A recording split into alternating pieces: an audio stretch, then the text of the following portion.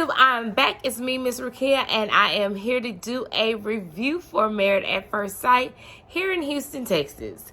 I know that I have been missing for a couple of weeks, but the way my schedule's been set up, I just have not been able to do the video, and I've been a little tired. I know I look tired in this video, but I wanted to go ahead and get it out for you guys. So I do have 2 weeks worth of notes that I'm going to go over with you guys about Married at First Sight. Okay, let's do this couple by couple. First couple is Mirla and Gill. Last week, Mirla and Gill talk about her changing her name. She does not want to change her name, and she's really adamant about it. She says it's because that she's just used to her name and it's an homage to her father, which made him feel like, okay, now I can't really press the issue because you said that, but he's really traditional and he wants her to change her name. She teases him about him talking in his sleep. They talk about growing up poor and realize that she's always had a shopper's mentality, a diva-like mentality. They talk about siblings and having kids. He wants a really large family. This man said he wants 7 to 8 kids. Who in 2021 is having 7 to 8 kids? I don't really like the way that she came off about it, but I understand where she come from. Who is having 7 to 8 kids? And then he's like, well, we can have 2 and then we can adopt some. Now, she really turned me off and really irritated me about, I'm not adopting any kids. I have to exalt all my fertility issues, which I totally understand. So she surprised him with a big platter of chocolate chip cookies before they got ready to leave the resort. He expressed his appreciation for her opening up to him, and then they disagree about his dog. So he just kind of ruined the moment when she did the cookies and was trying to, you know, be vulnerable, and then brought up the dog. The dog, she don't like dogs. She don't want to deal with the dog. And I know that's a hard pill to swallow when you love your dogs, because y'all know I love me some Wakanda and Mocha. Mocha just too hype. But, you know, these are things that you would talk about if you had not married at first sight. So in that essence, she should be a little bit more open to it, but she just don't want a dog. So moving on to this week, she really likes the apartment that they move in until she gets to the bedroom. Then she's like, oh, it's a queen and it's not a king. Baby, stop it. At her place, Gil's taken back by all the designer labels that she has in her closet. And he asked her how often she buys, and she's like 2 to 3 times a year. And that's just a lot of money. That's $3,000, pretty much $3,000 just for shoes. But, I mean, I understand. I have mixed feelings about that. If she has it, then yeah, why not? But you do have to think about the other person involved also. But anyway, at his place, she meets the dog, which she really doesn't care for. We already just discussed that she is not a dog person. Pastor Cal comes in for his check-in, and they jump right into the whole dog situation. Then they discuss finances, and Pastor Cal asked, had they talked about it? And they were both like kind of vaguely. And then Gill expressed his concern about her closet, the merchandise in her closet. So he asked her, he asked him how much money did he think her closet was worth? And he said about $70,000. She's like, no. But then Pastor Cal asked her, and she don't even know how much money you spend. So how you can say, no, you ain't spend $70,000 when you don't know how much you spend? And there were a lot of Christian Louis Vuitton. There was a lot of everything designer. So it might have been $70,000 in 1 year, but your closet probably is worth about $70,000, ma'am. I hate to tell you that.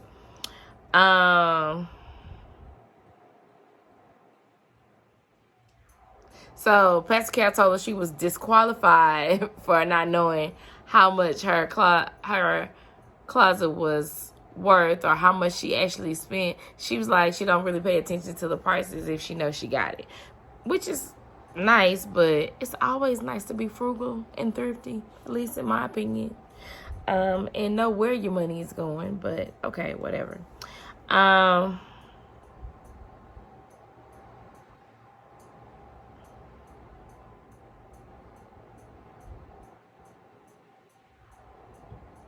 So he told her that she was going to have to compromise when it comes to the finances, you know, because making $1,000 decision when you're married is something that should be up to discussion. A couple $100, okay, whatever. But when you making four-figure decisions, you know, you want to discuss it with your spouse. Not really much asking for permission, but you know, everybody need to be on the same accord. And I agree with that.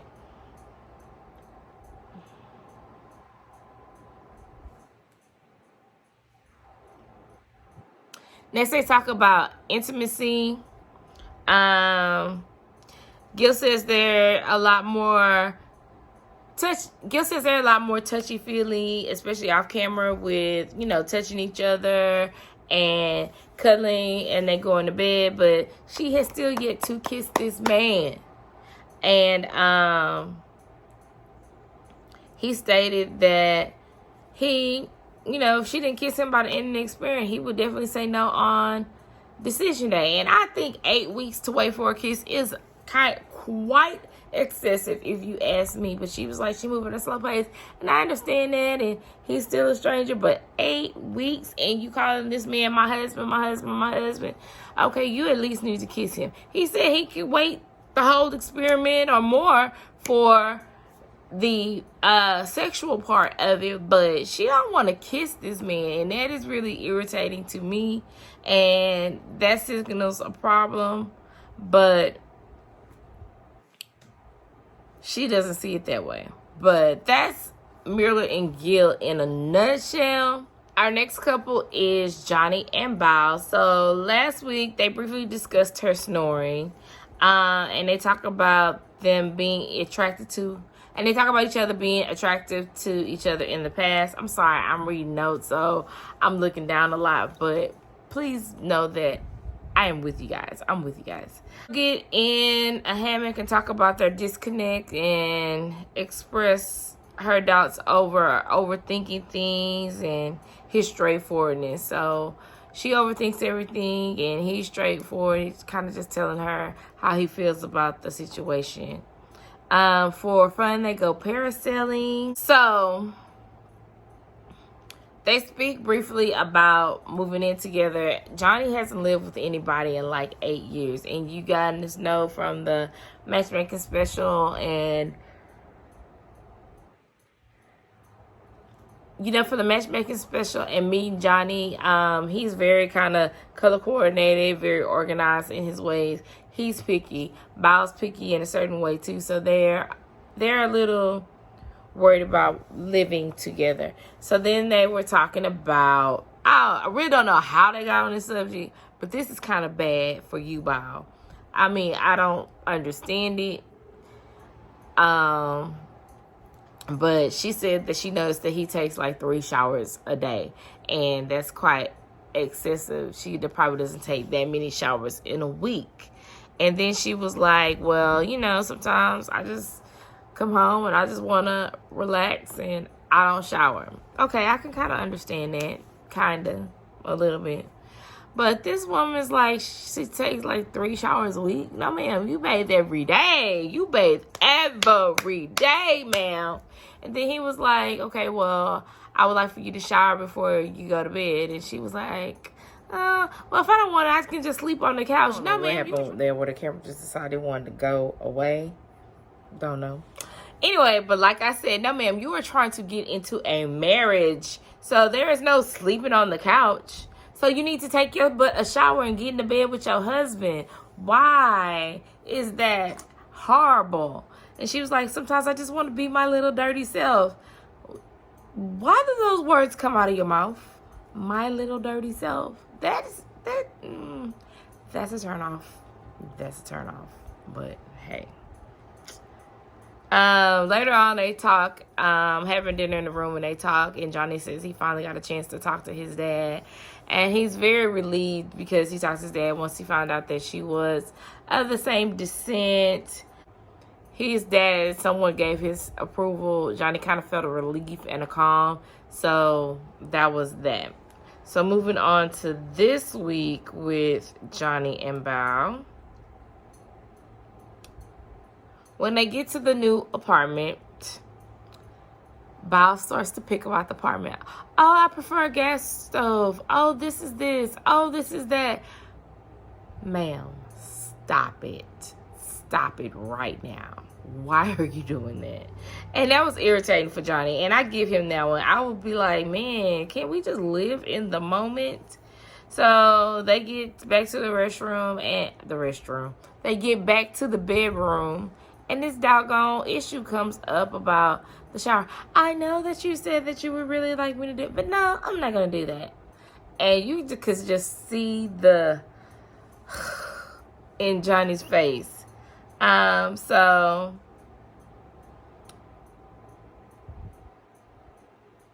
Johnny, they were having dinner, and he was like, I'm just going to go home after this. I need time to process all this, And she felt like he was going to be becoming runner. I felt that was runny too. You shouldn't have done that, Johnny. You should have just, stuck it out. And I think the apartment is 2 bedrooms. Go sleep in the other freaking bedroom. But don't go to your own place when you're supposed to be building this marriage. This is the thing. Johnny's a little selfish. But, I understand that he needed time. I know the freaking shower thing is running him hot because it's running me hot. He comes back, and of course, now he's there to stay. And they talk about what happened, and make a commitment to move forward. So Johnny goes to see Bao's place. And of course, Johnny drives a Tesla, y'all. When I saw him, I was just like, yes, of course you drive a Tesla. He's a little taken back by all the stuff that she has in her house, because she has a lot of stuff.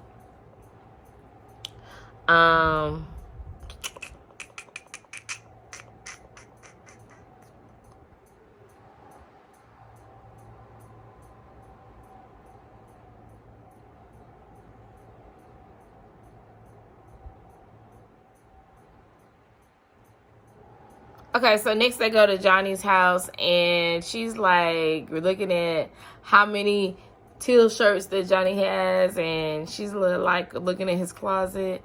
She goes in the bathroom, and he has a bidet, but both of them have a bidet in their house, so they are very excited about that. Pastor Carol comes to visit, and he sits on the couches with them, and she talks about her insecurity, about her snoring.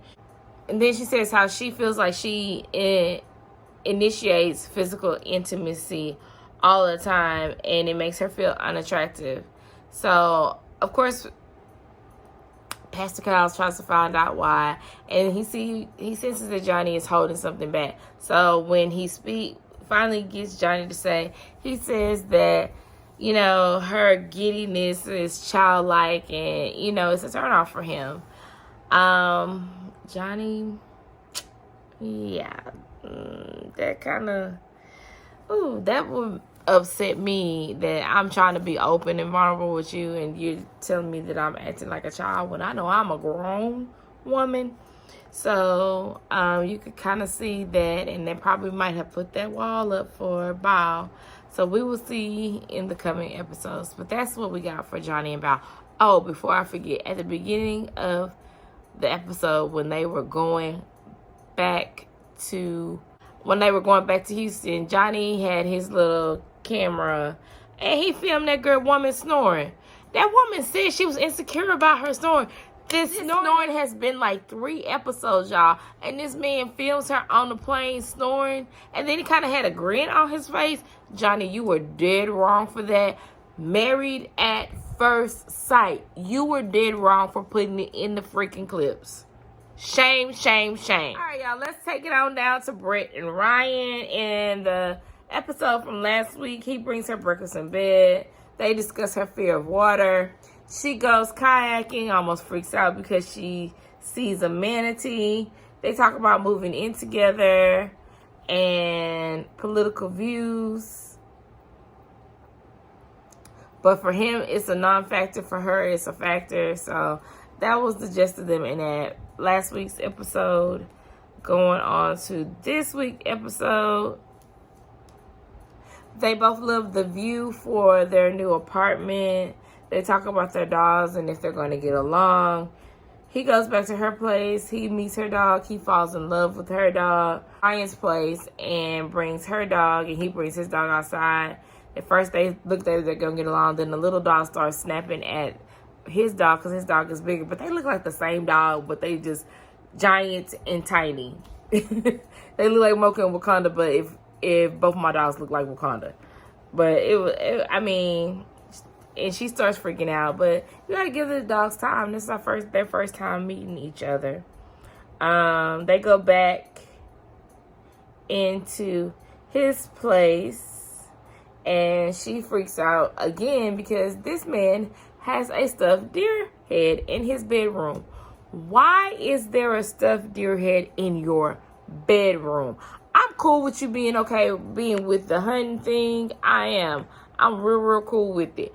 But it don't need to be in the bedroom. I don't need no dead animal staring at me while I sleep. Why do you need a dead animal staring at you while you sleep?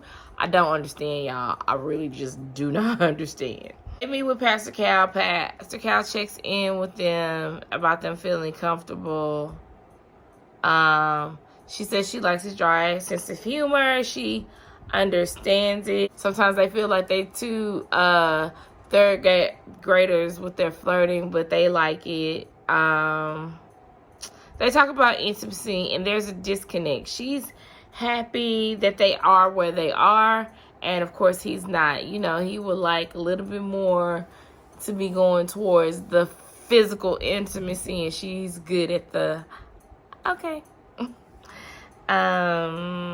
She says that she has a crush on Ryan, and she looks really disappointed when he says he hasn't gotten to that point yet. But he does see. So, Rachel and Jose, last week, they talk about their plans for kids, and they disagree on vacationing. He wants to start preparing for kids, being financially ready. She still wants to go to Switzerland and these big, big vacations that cost a lot of money. And he doesn't see how you're going to do that and prepare for kids. They go bike riding. She doesn't know how to bike ride. So, of course, you know, Jose is happy to teach her. She picks up really quickly. They seem like they're having a fun time with the bike riding. Then they talk about accounts and financial again. He wants the joint account. He kind of wants to have control over the money. She doesn't see it that way. They have a date on the beach, and they bring up physical intimacy. And they feel like they connected so well on so many things. So physical intimacy was what scares Rachel. That might be the one place that they don't connect. And they just kind of discussed that. And that was last week with them. So this week, they are moving into the apartment together. They love the apartment. She tells him that she likes to go work out at 5 a.m. But she says 4 15-minute apart alarms. I would not like her because, one, I'm a light sleeper. Two, you need to get your butt up. 2 alarms? Okay, I got it. 4, you just being lazy. Get yourself up. Get your day started. Go work out. Do whatever you're going to do. But don't have 4 alarms going off while I'm trying to sleep. But he took it in stride when they showed him. And she's like leaning over the bed. He laying in the bed like, come on, girl, leave. I'm ready to go to sleep. What is, ma'am? 4 alarms? Baby, 2. And you really should get up on the first one. The second one's just in case you do be in that good sleep and you drift back off. But that second one be like, oh, okay, time to go. Girl. Moving on. They look at Jose's home, and of course he's like, I have a tall, I can put my 12-foot Christmas tree here, and this is there, and there's there. And she's like, oh, I can't have an office. He was like, oh, okay. And they walk into his office or some kind of room, and she sees this doggone budget board, and it freaks her out. It would freak me out. And then I was watching somebody else's review. Why do you have all that on public display for everyone to see? That's how I know he lives close to me, because it said the city of Pearland. So I can be going to look for Jose. Jose, where you at? Jose, are you over here in PetSmart? Jose, are you over here in Chick-fil-A? Pearland, Jose. Come on, baby. Why is all that on camera? And why do you have to have it on the wall? It's good to budget. Why is it on a spreadsheet in your computer? Maybe on something on your desk. Why is it just on full display? Anyway, moving on. He goes over to her place, and of course he's hypercritical. She got water bottles at the front door. She got this over here. Oh, do we need all these pencils? Because she said she collect pencils from everywhere that she traveled. So why are you trying to make her get rid of her pencils if that's what she collects? Come on, Jose. They meet with Pastor Cal. They discuss compromising on the financial discipline. Where he's too tight, where she's loose. They kind of come inside and compromise. Like on vacations, like he wants to stuff out her vacations. Pascal don't stuff out her vacations, but do show her how to save and how to do it in a different type of way, which is what they need to do as a couple anyway. So I totally understand that. He asked about physical intimacy, and oh, surprise, now they've consummated their marriage. I thought it was this box needed to be checked, that box needed to be checked before we could have physical intimacy just last episode, and now all of a sudden they've consummated their marriage. But to each his own. Now she was wondering if they blurred the lines too soon. So if you weren't comfortable, why'd you do it? But that was Rachel and Jose. So last week the couples did a few things together. So one of the things that they did is they checked up on Zach and expressed if they were separate, like he and Michaela, how they couldn't do it. So everybody kind of has this issue with them separating. I don't know if it was Married at First Sight that decided that she'd go home, or they decided that she'd go home. But yeah, I don't see why she had to go all the way back to Houston. And I know he had to stay there because he had to quarantine. But yeah, I don't think I would have left either. We could have been passing notes on the door. We could have been FaceTiming from my hotel room and his hotel room. You know, we could have had little dinner dates on the balcony 10 feet apart in rooms adjoining or something. But it is what it is. Then then Mirla and Gill disagree about their political issues, and they are the same political views, but she said if they weren't, that would be a deal breaker. And he was like, why does it have to be a deal breaker? He didn't agree.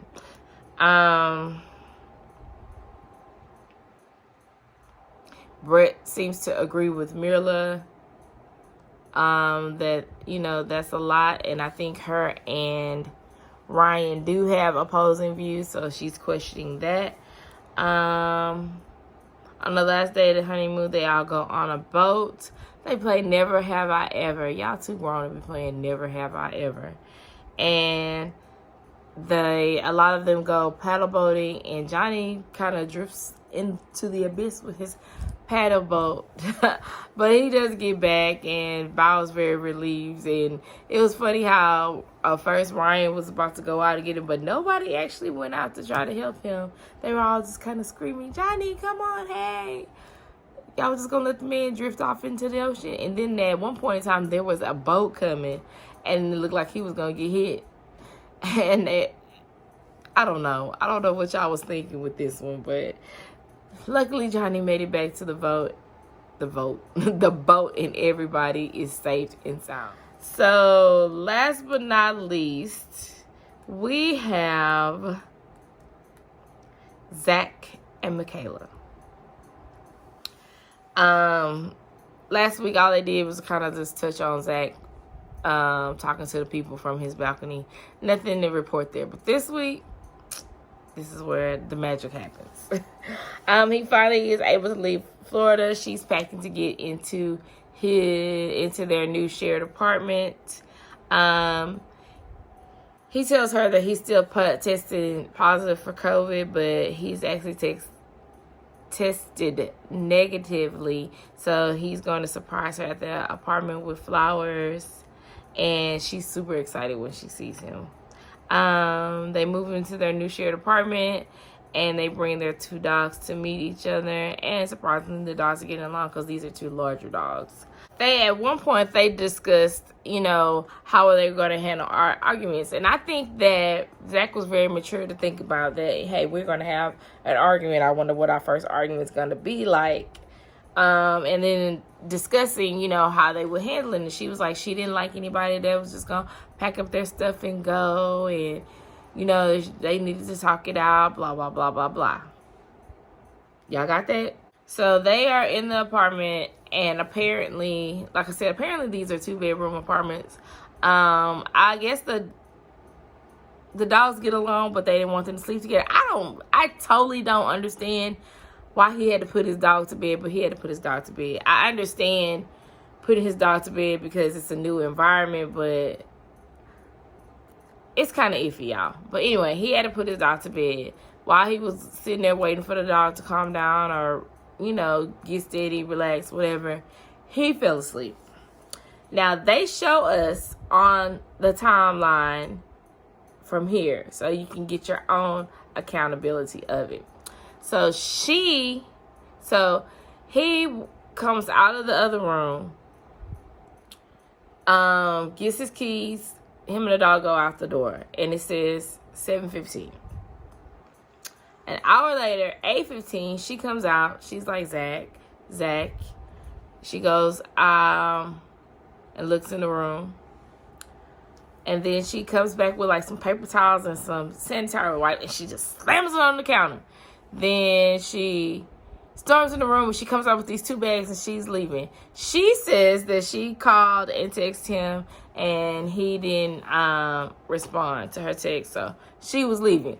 After, remember I put my finger up, that she just said that she didn't like somebody that was going to pack up their stuff and run. But that's just exactly what you did, ma'am. So you don't want them to do it so you can do it? Don't know, y'all. Don't know.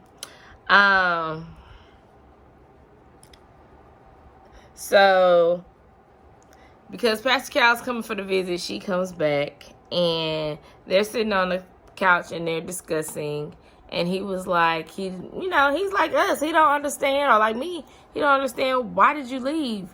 And he was like, I came back at like 9:15, and she tells him, you a MFing lie. You left at 8:15, 8:20, something like that. What? How you not know he didn't come back at 9:15? So I had a problem with that. Cause thank you, Married at First Sight, for giving us the timestamps on this stuff. So when Pastor Cal comes in, he can tell that there's tension. So they start discussing it, and she was like, he tries to scoot in closer to comfort her, and she kind of pushes him back, and then Pastor Kyle was like, what is this? He was like, you said you wanted this, you wanted to protect her, you wanted that, and then you push him away. And then she was like, but I do. And he was like, okay, well, you giving him mixed signals. Thank God for Pastor Kyle, because she was giving him mixed signals. So then it all reverts back to, she feels abandonment issues because of what happened with her dad, and this Michaela got some issues that she needs to work out on her own. And I commend Zach for trying to be the mature person and try to be calm, cool, and collective about it. But they both was heated, and they both was cursing. It was something. But that is Married at First Sight for the past 2 weeks. Guys, I'm so sorry, but I think I'm off next Thursday, so you have a video up on time, or somewhat similar on time, for Married at First Sight next week. I thank you guys for watching the video. Please hit the like button if you like this video. Comment, tell me what your thoughts are on Married at First Sight. Subscribe to the channel if you haven't subscribed to the channel. Hit the notification bell so you know when another video is popping up. And I will talk to you guys later.